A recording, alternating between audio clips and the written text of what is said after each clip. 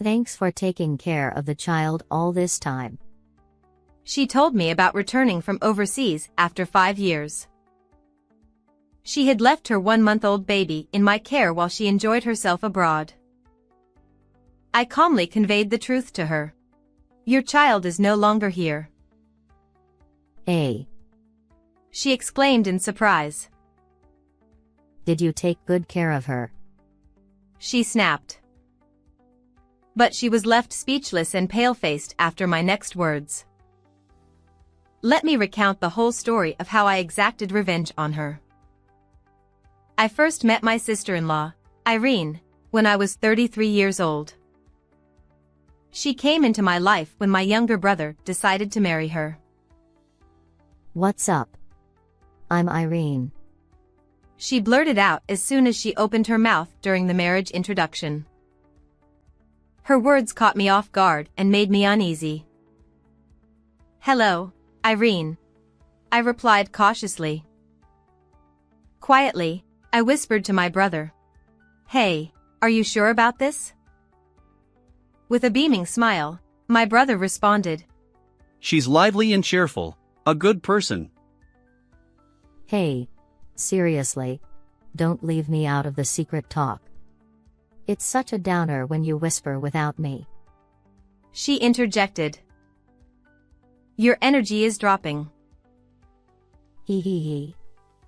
She was young and didn't seem very bright, so I often couldn't quite understand what she was saying. Her nails were 3-dimensional with beads like those on nails, and I wondered if she could do housework with those hands. However, listening to her, I learned she loved sweets and enjoyed making desserts as a hobby. My younger brother looked delighted as he said, I've had a storage room built in our new house just for sweets ingredients. Pulling her close to his shoulder. The restaurant we used for my brother and sister-in-law's marriage proposal was a slightly upscale Chinese restaurant I frequent. However, Irene remarked with a grumble. I wish we had gone for a sweets buffet or something. I'm sorry, Irene. If I had known you had a sweet tooth, I would have chosen a place like that. I just really like the super spicy ramen at this restaurant, I explained. Huh? Super spicy? She exclaimed loudly, drawing so much attention from other customers that I felt embarrassed as everyone turned to look. Irene, your voice is quite loud. It's impossible that you like spicy food. What? Do you enjoy tormenting yourself?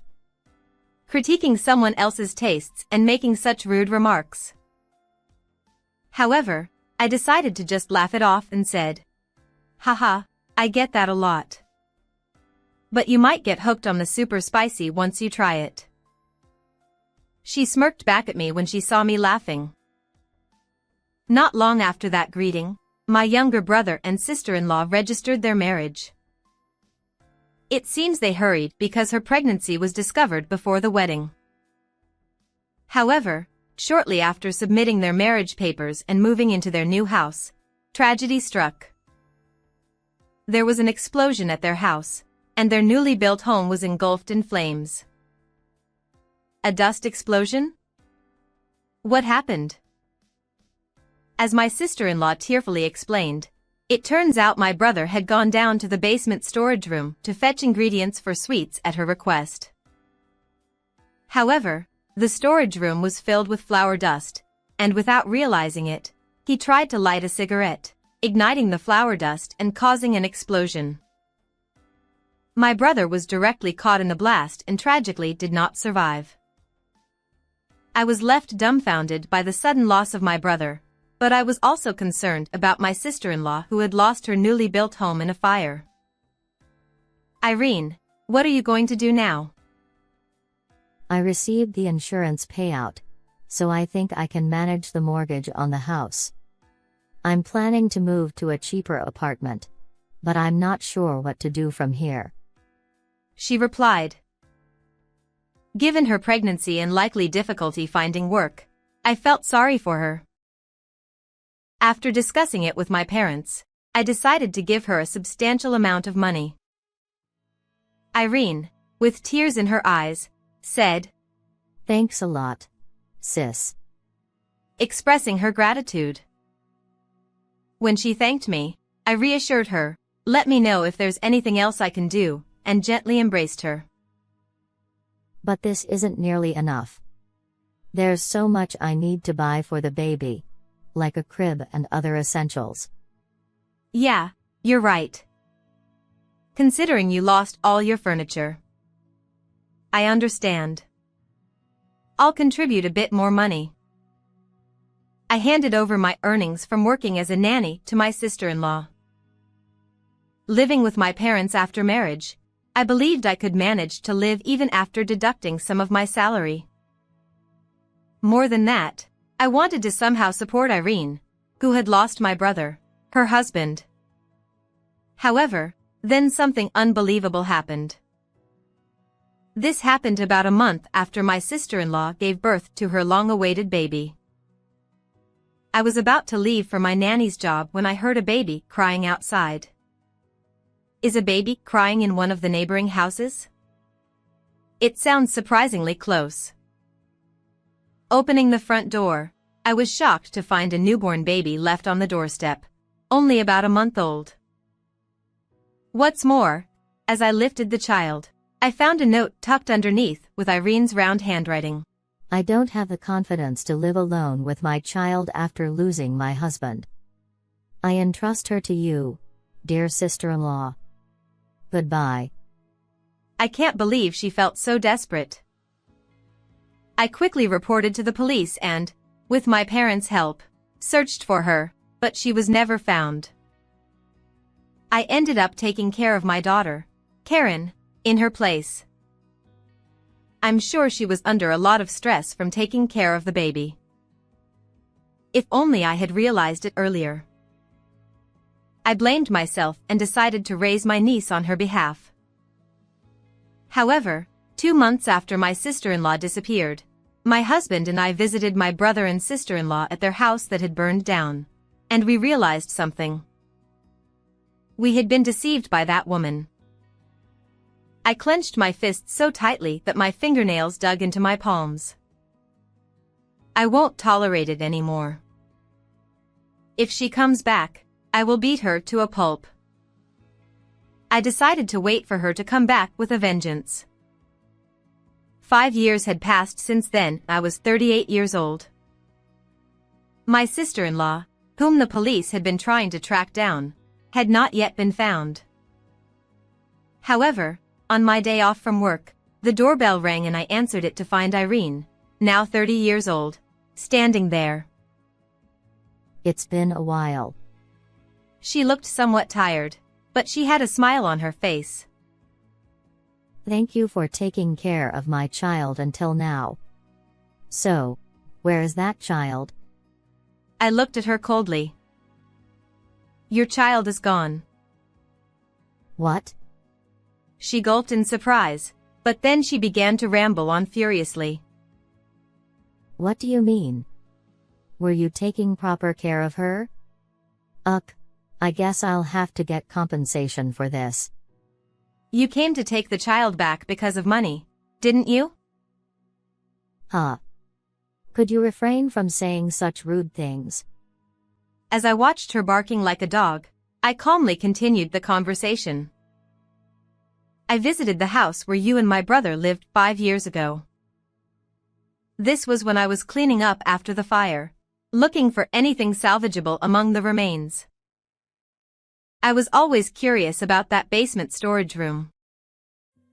Was there something strange about it? Well, he did like smoking, but would he smoke in a place where we kept food? Especially where you stored the ingredients for your beloved sweets. Irene fell silent at my words.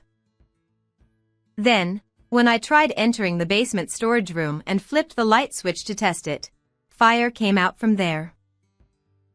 What are you trying to say? Just say it clearly. I suspect that you tampered with that switch to bury my brother. At this, she snorted and laughed. Come on. I might enjoy making sweets, But I'm not skilled enough to tamper with electrical systems. Yes, that's why I think there might be an accomplice involved. I didn't miss the momentary twitch in her face. So, I pulled out my phone from my pocket and showed her the screen. By the way, Irene, who is this person? On the smartphone screen were photos from a social media account. There were multiple posts showing her with an unfamiliar man, appearing quite intimate in the pictures. So that's why the police couldn't find you. You were overseas. Upon hearing the word police, her face turned pale. Wait, did you report me to the police?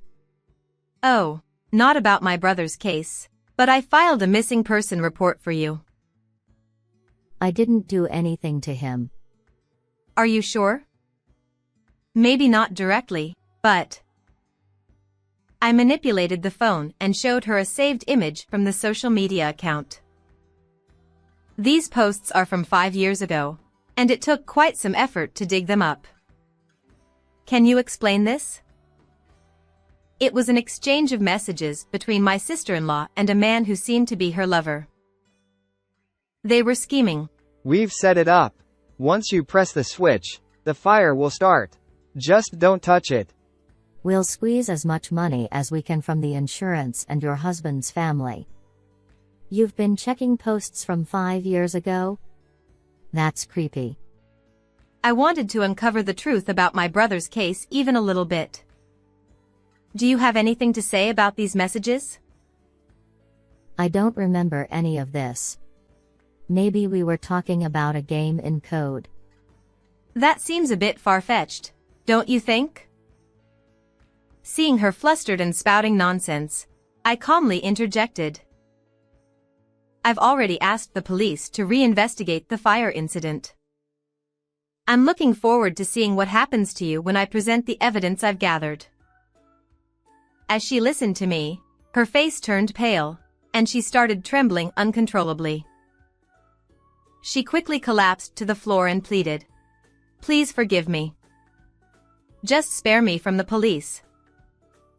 Can you tell me everything that happened?" With her nodding confession, it turned out just as I suspected. She admitted that she had a lover even before my brother's marriage, and they conspired together to get rid of my brother. While he was away, her lover tampered with the electric switch in the storage room, and she simply instructed him to fetch sweets ingredients. They managed the house fire through the insurance, took the money from us, and then left their child on our doorstep before fleeing overseas. My life in France was supposed to be enjoying delicious sweets and living happily in luxury for 5 years.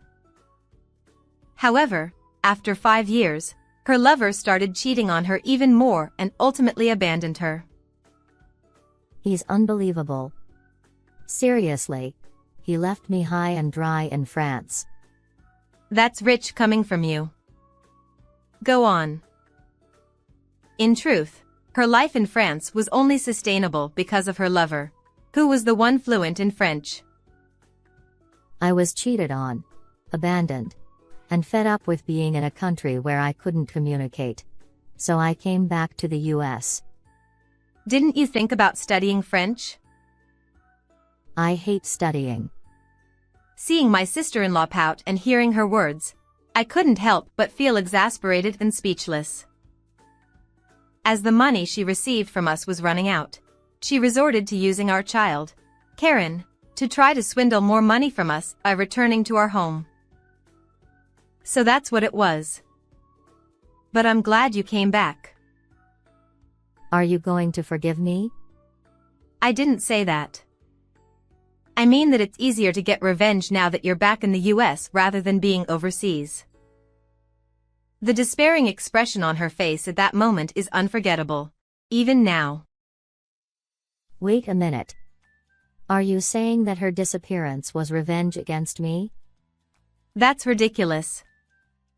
She's alive and well. Right now, she's at the daycare where I work.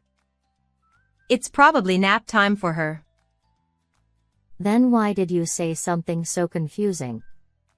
Karen has become our official child. It means she's no longer your child. Unable to contact Irene, my husband and I discussed Karen's future and began the process of adopting her. Based on the contents of the note, we had speculated that she might no longer be alive. Well, as it turned out, she was tougher than we had thought. However, while we were in the midst of legal proceedings to formalize Karen as our child, we happened to learn about Irene's lover. Furthermore, feeling uneasy about this, we went to my brother's house and learned the truth about the incident. After hearing my sister-in-law's confession, I placed my hand on her shoulder and said, "Thank you for being honest." Can you forgive me now? I don't want to get caught. Huh? After deceiving us all this time, gallivanting overseas, and having a good time, there's no way I'm forgiving someone like you. I then pulled out a hidden voice recorder and smiled broadly. Thank you for telling me everything. I'll be taking this as evidence to the police. What? You can't be serious. As she screamed in tears, I chuckled and said, "Don't be so upset. The truly angry one is me. I'm going to avenge my brother." I then went expressionless. Sorry, but I'm not one to show mercy in situations like this. You picked the wrong person to mess with. She seemed to realize I was truly angry and began trembling uncontrollably.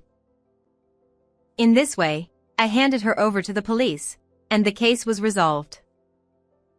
Following that, my sister-in-law was charged with neglecting her daughter and pushing the responsibility onto me, as well as conspiring with her lover to execute the plan regarding my brother's accident. Her lover, who assisted in my brother's demise and fled overseas, was arrested through an international arrest warrant. To further exacerbate the situation, I demanded child support from her for my niece. She was left penniless, losing everything she had. Initially, she won't be able to leave prison for a while, and even upon release, she will undoubtedly face a living hell. Meanwhile, I have accepted my niece Karen as my child and continue to raise her with my husband. Our current wish is for this child, who bears a resemblance to my late brother, to find happiness. How did you find this story? Please consider subscribing to the channel. Well then, let's meet again in the next video.